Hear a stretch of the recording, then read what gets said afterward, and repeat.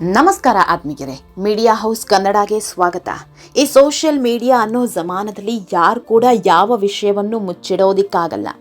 ನಾಲ್ಕು ಗೋಡೆ ಮಧ್ಯೆ ನಡೆದ ವಿಷಯಗಳೇ ಹೊರ ಬೀಳ್ತಿದೆ. ನಮ್ಮವರ ಮಧ್ಯೆ ನಡೆದ ವಿಷಯಗಳನ್ನೇ ಅದೇಗೋ ಹೊರ ತೆಗಿತಾರೆ. ನಿಮ್ಮಂಥ ಜನಸಾಮಾನ್ಯರ ಬಗ್ಗೆ ಯಾವುದೂ ಲೆಕ್ಕಕ್ಕೆ ಬರಲ್ಲ ಬಿಡಿ.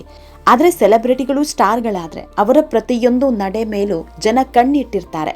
ಅವರ ಬದುಕಲ್ಲಿ ಹಿಂದೆ ಏನೆಲ್ಲ ಆಗಿತ್ತು, ಮುಂದೆ ಏನೆಲ್ಲ ಆಗಬಹುದು ಅನ್ನೋದನ್ನ ಗೆಸ್ ಮಾಡೋರು ಕೂಡ ಇದ್ದಾರೆ. ಸೋಷಿಯಲ್ ಮೀಡಿಯಾ ಯುಗದಲ್ಲಿ ಯಾವುದನ್ನು ಮುಚ್ಚಿಡೋದಿಕ್ಕಾಗಲ್ಲ. ಎಲ್ಲೋ ಒಂದು ಮೂಲೆಯಲ್ಲಾದರೂ ಮಾಹಿತಿ ಕಲೆಕ್ಟ್ ಮಾಡೋರಿದ್ದಾರೆ. ಇದಕ್ಕೆ ಬೆಸ್ಟ್ ಎಕ್ಸಾಂಪಲ್ ತ್ರಿವಿಕ್ರಮ್ ಮತ್ತು ರಶ್ಮಿಕಾ ಮಂದಣ್ಣ ಅವರ ಫೋಟೋ. ಬಹುಶಃ ಈ ಫೋಟೋ ಏನಿಲ್ಲ ಅಂದ್ರೂ 10 ರಿಂದ 12 ವರ್ಷ ಹಳೆಯದ್ದು. ಆಗ ಇನ್ನು ಸೋಷಿಯಲ್ ಮೀಡಿಯಾ ಜಮಾನ ಶುರುವಾಗಿತ್ತಷ್ಟೆ.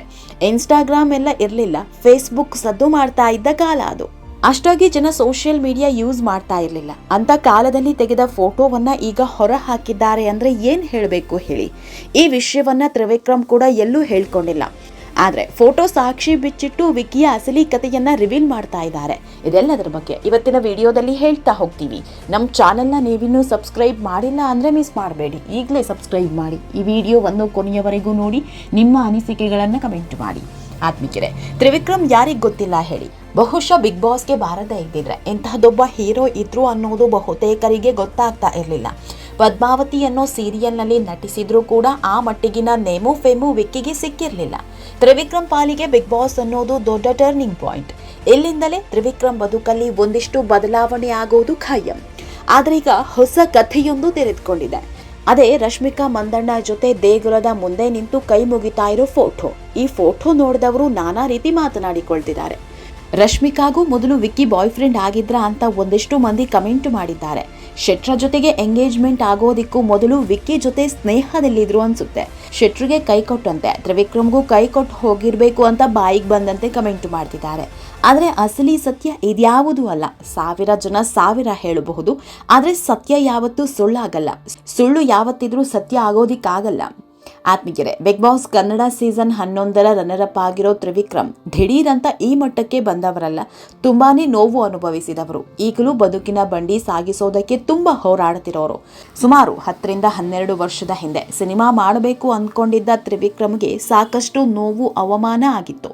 ಸೆಟ್ಟೇರಿದ್ದ ಸಿನಿಮಾ ಕೈಕೊಟ್ಟು ಹೋಗಿತ್ತು. ಇವತ್ತು ಬಹುಭಾಷಾ ನಟಿಯಾಗಿ ಮೆರೆದಾಡ್ತಾ ಇರೋ ಇದೇ ರಶ್ಮಿಕಾ ಮಂದಣ್ಣ ಅವರೇ ಆ ಸಿನಿಮಾದ ನಾಯಕಿ ಆಗಬೇಕಿತ್ತಂತೆ. ಕಿರಿಕ್ ಪಾರ್ಟಿ ಸಿನಿಮಾಗೂ ಮೊದಲು ರಶ್ಮಿಕಾಗೆ ಸಿಕ್ಕ ಸಿನಿಮಾ ಆಫರ್ ಇದೆಯಂತೆ. ಇನ್ನು ಹೆಸರಿಡದ ಸಿನಿಮಾದಲ್ಲಿ ರಶ್ಮಿಕಾ ಮಂದಣ್ಣ ಮತ್ತು ತ್ರಿವಿಕ್ರಮ್ ಒಟ್ಟಿಗೆ ನಟಿಸಬೇಕಿತ್ತು. Trivikram hero, Rashmika heroine. ಅದೇ ಸಿನಿಮಾಗಾಗಿಯೇ ಈ ಫೋಟೋ ತೆಗೆದಿದ್ರಂತೆ. ತ್ರಿವಿಕ್ರಮ್ ಜೊತೆ 3 ಹುಡುಗಿಯರು ದೇಗುಲದ ಮುಂದೆ ಕೈ ಮುಗಿತಾ ಇರೋ ಸೀನ್. ಅದರ ಫೋಟೋವೇ ಇದು ಅನ್ನೋ ಒಂದಿಷ್ಟು ಮಾಹಿತಿ ನಮಗ್ ಸಿಕ್ಕಿದೆ. ಅರ್ಧ ಸಿನಿಮಾ ಶೂಟಿಂಗ್ ಆದಮೇಲೆ ಮುಂದಕ್ಕೆ ಹೋಗ್ಲೇ ಇಲ್ಲ. ತ್ರಿವಿಕ್ರಮ್ ಅವರ ಸಿನಿಮಾ ಕನಸು ಅರ್ಧದಲ್ಲಿ ನಿಂತು ಹೋಯ್ತು. ಆತ್ಮೀಯರೇ, ಅವತ್ತು ಈ ಸಿನಿಮಾ ನಿಂತ ಮೇಲೆಯೇ ರಶ್ಮಿಕಾಗೆ ಕಿರಿಕ್ ಪಾರ್ಟಿ ಅನ್ನೋ ಸಿನಿಮಾ ಸಿಕ್ಕಿದ್ದು. ಶೆಟ್ರ ಟೀಮ್ ಸೇರ್ಕೊಂಡ ಮೇಲೆ ನ್ಯಾಷನಲ್ ಕ್ರಶ್ ಆಗಿತ್ತು. ರಶ್ಮಿಕಾ ಇವತ್ತು ಬಹುಭಾಷಾ ನಟಿ. ಆದರೆ ತ್ರಿವಿಕ್ರಮ್ಗೆ ಲಕ್ ಅನ್ನೋದು ಕೈ ಹಿಡಿಯಲೇ ಇಲ್ಲ. ಲಾರಿ ಡ್ರೈವರ್ ಮಗನ ಪಾಲಿಗೆ ಅದೃಷ್ಟ ಮರೀಚಿಕೆಯಾಗೋಯ್ತು. ತ್ರಿವಿಕ್ರಮ್ಗೆ ಕ್ರಿಕೆಟ್ ಅಂದ್ರೆ ಪಂಚಪ್ರಾಣ. ರಣಜಿ ಕ್ರಿಕೆಟ್ ಆಡಬೇಕು ಅಂತ ದೊಡ್ಡ ಕನಸು ಇಟ್ಕೊಂಡಿದ್ರು. ಆದ್ರೆ ಕಾಲಿಗೆ ಆದ ಗಾಯ ಅವರ ಬದುಕಿನ ಪಥವನ್ನೇ ಬದಲಿಸ್ತು. ತಾನೊಬ್ಬ ದೊಡ್ಡ ಕ್ರಿಕೆಟರ್ ಆಗಬೇಕು ಅನ್ನೋ ಕನಸಿಗೆ ಕೊಳ್ಳಿ ಹಿಡಿತು. ಎಲ್ಲೂ ಕೂಡ ಆ ಭಗವಂತ ಲಕ್ ಅನ್ನೋದನ್ನ ಕಸ್ಕೊಂಡಿದ್ದ. ಬಳಿಕ ಬಣ್ಣದ ಬದುಕಿನ ಕಡೆ ಮುಖ ಮಾಡಿದ್ದ ತ್ರಿವಿಕ್ರಮ್ಗೆ ಎಲ್ಲೂ ಸಕ್ಸಸ್ ಸಿಗ್ಲಿಲ್ಲ. ಒಂದಿಷ್ಟು ಸೀರಿಯಲ್ ಮಾಡಿದ್ರು, ಎಲ್ಲೂ ಹೇಳ್ಕೊಳ್ಳುವಂತ ನೇಮು ಫೇಮು ಸಿಗ್ಲಿಲ್ಲ. ಸಿನಿಮಾ ಮಾಡಬೇಕು ಅನ್ನೋ ಕನಸು ಕೂಡ ಕೈಗೂಡ್ಲಿಲ್ಲ. ಬಿಗ್ ಬಾಸ್ ನಲ್ಲಿ ನಾನೇ ಗೆಲ್ಲೋದು ಅನ್ನೋ ದೊಡ್ಡ ಕನಸು ವಿಕ್ಕಿಗಿತ್ತು. ತ್ರಿವಿಕ್ರಮ್ ಗೆಲ್ಲಬೇಕು ಅಂತ ಕೋಟ್ಯಾಂತರ ಅಭಿಮಾನಿಗಳು ಕೂಡ ಇಷ್ಟಪಟ್ಟಿದ್ರು. ಯಾಕಂದ್ರೆ ಬಿಗ್ ಬಾಸ್ ನಲ್ಲಿ ಅತ್ಯುತ್ತಮವಾಗಿ ಆಡ್ದವರಲ್ಲಿ ಇವರು ಒಬ್ರು. ಟಾಸ್ಕ್ ಅಂತ ಬಂದ್ರೆ ಇವರ ಮುಂದೆ ನಿಲ್ಲೋರೇ ಇರಲಿಲ್ಲ. ವಿಕಿಯ ಮೈಂಡ್ ಗೇಮ್ ಆಟಕ್ಕೆ ಯಾರೊಬ್ರು ಸರಿಸಾಟಿ ಆಗಿರ್ಲಿಲ್ಲ. ಟಾಸ್ಕ್ ಜೊತೆಗೆ ನಮಗೆ ಯಾವುದೇ ಸವಾಲ್ ಕೊಟ್ರು ಎದೆಗುಂದದೆ ಆಡಿದ ಆಟಗಾರ ಇವರು. ಹೀಗಾಗಿ ತ್ರಿವಿಕ್ರಮ್ ಗೆಲ್ತಾರೆ ಅಂತ ಬಹುತೇಕರು ಅಂದ್ಕೊಂಡಿದ್ರು. ಆದ್ರೆ ಆಗಿದ್ದೇ ಬೇರೆ. ಬಡ್ನಿ ಹೈದ ಹನುಮಂತ ಎಲ್ಲರನ್ನ ಹಿಂದೆ ತಳ್ಳಿ ತನ್ನ ಟ್ರೋಫಿ ಎತ್ತಿ ಹಿಡಿದ್ರು.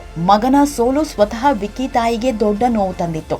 ಮಗ ಗೆಲ್ತಾನೆ ಅಂತ ಹರಕೆ ಕಟ್ಕೊಂಡಿದ್ದ ತಾಯಿಗೆ ಇದು ದೊಡ್ಡ ಆಘಾತ ಆಗಿತ್ತು. ಮೀಡಿಯಾ ಒಂದೇ ಕೂಡ ನೋವಿನ ನುಡಿ ಹೊರ ಹಾಕಿದ್ರು. ಯಾಕಂದ್ರೆ ತಾಯಿ ಆದವಳಿಗೆ ಬರೀ ಮಗನ ಸೋಲನ್ನ ನೋಡೋದು ತುಂಬಾ ಕಷ್ಟ. ಗೆಲ್ತೀನಿ ಅಂತ ಹೋದಾಗೆಲ್ಲ ಸೋಲ್ತಾ ಹೋದ್ರೆ ಯಾವ ತಾಯಿ ಆದವರು ಸಹಿಸ್ತಾರೆ ಹೇಳಿ. ಆತ್ಮೀಯರೇ, MBA ಓದಿರೋ ತ್ರಿವಿಕ್ರಮ್ ಇವತ್ತಿನ ಈ ಕ್ಷಣದವರೆಗೂ ಒಂದೊಳ್ಳೆ ಅವಕಾಶಕ್ಕಾಗಿ ಕಾಯ್ತಾ ಇದ್ದಾರೆ. ಕಾಲ ಅನ್ನೋದು ಒಂದೇ ರೀತಿ ಇರಲ್ಲ, ಕಾಲಚಕ್ರ ತಿರುಗ್ತಾ ಇರುತ್ತೆ. ನಮ್ಮ ಸಮಯ ಬರೋವರೆಗೂ ಎಲ್ಲರೂ ಶಾಂತ ಚಿತ್ತದಿಂದ ಕಾಯಬೇಕು ಅಷ್ಟೆ. ಅದಕ್ಕೆ ಅಲ್ವಾ ದೊಡ್ಡವರು ಒಂದು ಮಾತು ಹೇಳಿದ್ದು, ತಾಳಿದವನೇ ಬಾಳಿಯಾನು ಅಂತ. ಆತ್ಮೀಯರೇ, ತ್ರಿವಿಕ್ರಮ್ ಬಗ್ಗೆ ನಿಮಗೇನು ಅನ್ಸುತ್ತೆ ಅನ್ನೋದನ್ನ ಕಮೆಂಟ್ ಮೂಲಕ ತಿಳಿಸಿ. ನಮ್ಮ ಚಾನಲ್ನ ಸಬ್ಸ್ಕ್ರೈಬ್ ಮಾಡೋದನ್ನ ಮರಿಬೇಡಿ.